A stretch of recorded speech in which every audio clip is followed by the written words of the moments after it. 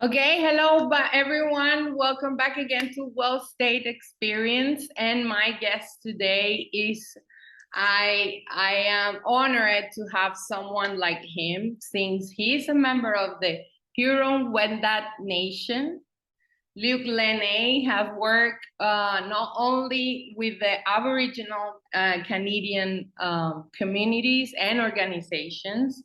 He has also worked with the public and private sector on finances and development for all these communities in North Quebec. And today is with us to share a little bit about his experience and his background and share his new projects as well here in Mexico. Thank you very much, Luc. Thank you so much for taking the time to be with us today. Yes, Maria, it's a pleasure being with you and to share a little bit about myself and my vision. So I'll try to be as brief as possible. But what I'd like to say is, yes, I was born on what we call in Canada an Indian Reserve. And the name of my nation is, as you mentioned, the Huron-Wendat. And we are located in Wendake, and Wendake is close to Quebec's city, so it's an urban reserve. And I went to university, and I study in sociology and business law, and I have been privileged to work with most of the Quebec First Nations. So there are over 40 First Nations in Quebec. And I work with them in what we call comprehensive community development. So I soon, I was involved in funding, finance, but also in terms of all the social acceptability of the projects and also to have a long-term plan for the communities of development. And one thing it's important to mention, and this has had a big influence on me, is in Canada since 1876, the federal government passed a law, and this law is called Indian Act, and the federal government imposed this law on all the First Nations across the country, not only in Quebec. And one of the provision of this Indian Act, and it's still today, enforced, it's almost impossible for First Nations individuals or government, First Nations government, to have access to capital, to borrow money. So it's very, very difficult. So what does it mean? It means that we have to be creative and to look around, so to find different way to have access to capital. And so I very soon, I have been involved in this kind of a situation, and that's why I'm happy to share my experience. As I said, it has not been easy, but it's possible, when we are creative. And so we have been successful in many situations. That's amazing. Since we are here in the Riviera Maya, we are so close to these communities as well. The Mayan people still around, and there is a lot to do around the development of the areas to make these people. I understand that most of the original people want to keep their lifestyle and be respectful of their traditions and the way they live, but also I understand that many times development can improve these communities' life, and I really admire what you have done over there, and I know that you can be a good piece maybe in this area of the world to help many of these communities to improve their lifestyle, right? So that's why I wanted to ask you, what do you think about the real estate and the infrastructure development in North America in general in this area? Yeah, in general, and especially in those days, we just, and we're not out yet, of this major crisis, sanitary crisis. And this has had a major impacts on the economy, for many reasons. So I don't want to go into the details. But one thing is sure is real estate and infrastructures is, for me, a safe sectors, to invest. And the main reason is because when we talk about real estate and infrastructures, we're talking about long term. And long term, is for me the key. This, for and like at this time, I don't see any reason why not to invest in those two sectors. And of course, you have, like in any given projects, Maria, you have to make sure that you have what we call stable revenues, and also the predictability, of your projects, of your revenues. And with this, you can easily mitigate the risk. So in this case, of course, we all know that, for example, for people that are coming from outside of Mexico in this case, or they wanted to invest abroad, etc., is a little bit tricky to understand the laws and everything. But I mean, the real estate market in general is the same all around the world. I don't know if you agree on that with me. So Oh, what do you think, or what would you recommend to people that want to finance projects here or in Canada? What would you recommend for these people that are looking for finance, real estate or infrastructure projects? One thing, wherever you want to invest, I guess, especially for foreigners, is to familiarize yourself with the country and the laws of the country, before doing anything else. And also to have somebody local to guide you. It's so much easier. And also to look at, there are different ways, to found a project. We can go with what we call the traditional way, doing business with banks. Sometimes you can get grants from government, but also you can deal with group like MK Capitals, and those are different ways to get your funding. So what I will recommend is, don't look only at one possibility. Look at different possibilities. And again, there are what we call non-traditional capital funding, that should be really, really look after, because many times, this is the solution. Well, will you give us a little bit, because I understand a glimpse of it, but will you give us a little bit more information about this KM Capital way to non-traditional finance a project? Yeah, it's called, also what we sometimes we speak about, to do monetizations, and that's a possibility, with a group like MK Capitals. I understand, this is one of your tools to first of all, to secure the investors, to give the investor all the security that he might need, or she needs. And then from there, to really use their investment to monetize and to generate revenues. And then that's a good way for, and more, and when I say it, it's funny to say, but in Canada now, on the reserve I spoke to you about, this is something, it took time to convince federal government, for example, to allow the First Nations to use that money to do monetization, because there is never enough money coming from governments. So it's the same story all over the world. Yeah. So now the federal government is realizing that this might be the way to go, or one of the good way to go.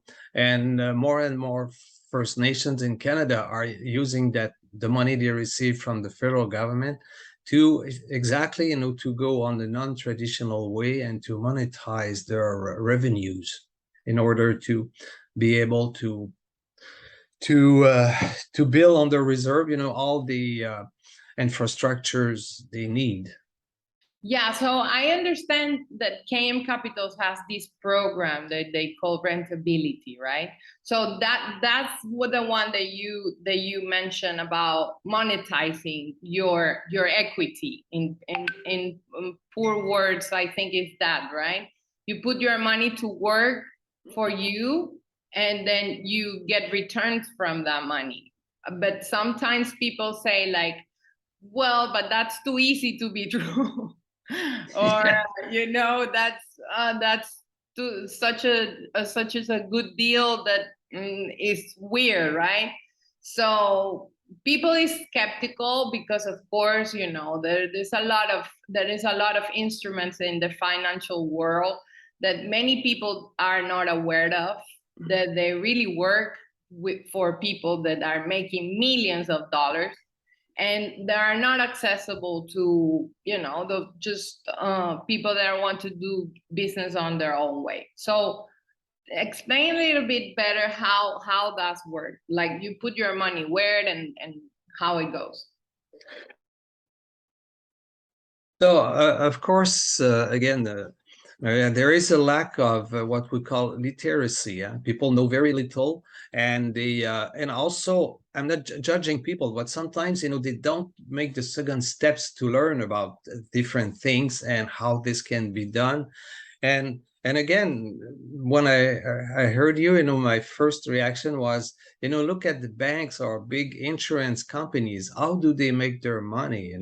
They do exactly, what the MK Capitals is talking. You put your money there, you secure your money, and you use your money to generate the revenues. So it looks simple, I agree, but that's the way to go. Just to give you an example, when you negotiate a mortgage at any given bank, what do? The bank, they sell it to another institutions, another group, and they make money with that. Of course, your relationship remains with your local bank, if I may say, but your money is no more, your mortgage is no more there. It's somewhere, all over, and it's all over the world. So it's has been like this for very long, but nobody really understand or question that, and they believe that the bank is the first and the last stop, but it's so far from being the truth and the reality. And it's funny what, because there's people like Robert Kiyosaki. I don't know if you've ever heard about him. The in his book Rich Dad Poor Dad, he said money is debt. It's crazy not to be in debt, because if you don't have debt, you don't have money, right? So Exactly. yeah, so but as I said, and I'm really glad that we have this space to also talk about it, and to have to make people understand there's plenty ways to do it, and there is not only what the normal mainstream media or the banks or public institutions have sell us, but that we have many methods and instruments to do money as well, right? So what do you think, how do you think private equity funds can collaborate to improve, so I mean communities around the world? Because we're talking here, for example, we're focused on wellness communities that are focused on the social, and to improve people's lives through real estate, creating spaces that are they're more likable, and not like just walls and things without function like before. So how do you think private equities can help these projects or these ideas to develop around the world? And again, from my point of view, first of all, there is a lot of money, in the wallet of what we call the private equity funds. And with private equity, what I like is you really, customize your service to the client. It's something that it's really important to mention that the client comes really first, and and that's exactly what those funds are for. They to help the community, and for me it's a door where I would like to go and knock at, to say we want to have access to this kind of fund to develop our own communities. We have specific needs, and then we can adjust in consequence. Yeah, that's great. And I know you are a financial advisor for KM Capitals. And I also know that you have new partners join this project. And I would like to understand a little bit from them, from you, how you get to know these participants, and how is your relationship with them? How everything is in everything, if I may say, and it's so important to have a good network. And as we say, it's not all the time what we know, but it's who you know. Yeah. And this, it makes such a big difference, when you can rely on a very good and solid network, and not to have all the eggs in the same basket. So that's the way I came to MC Capitals, because of our network. And at one point, at the end of the day, it's a small world, and we all know one another, and we heard about one or the other. So that's the way, when I heard about MK Capitals, and that's exactly the group with whom we want to work, because we're promoting the same thing, working in the same field. And I believe that we will be stronger if we find a way of working together, and also to put all our experiences and knowledge and network together. Great. Great. I know pretty well his president, Kevin Boavar, and I know he has a good relationship with you. And I'm also start to collaborate with you guys, and I'm really happy to help, as I said, improve all these projects, because I see the potential there is, and all the work that is for to do here in Mexico, at least, and in all North America. I think we can improve many communities, not only with infrastructure but also housing. For example, in the United States, housing right now the inventory actually is in the lack, right? They have like a 30% lack inventory. That's why the prices are rising every day, and of course it's more and more expensive to build, and the money is never enough, right? Exactly. But as you said, the need is there, and there is a way to satisfy this need. And that's exactly what MK Capitals and our group want to do. We don't pretend to be the best. What we pretend that we have a very good solution that can help a lot of people and a lot of companies. So we're open for business. And you're right, I have known Kevin Boivard for many years now, and I like his integrity. And also, as I said earlier when I spoke about equity, he will do whatever, first to listen to the client, to understand the needs of the clients, and then to find ways to satisfy the needs of his clients. And for him, the client comes first, and that's something I admire, and to have this kind of personal contact with the client. Great. Well, thank you very much, Luke. It's been such a nice conversation. I would love to have you around anytime again. And I don't know if you have the last message for us.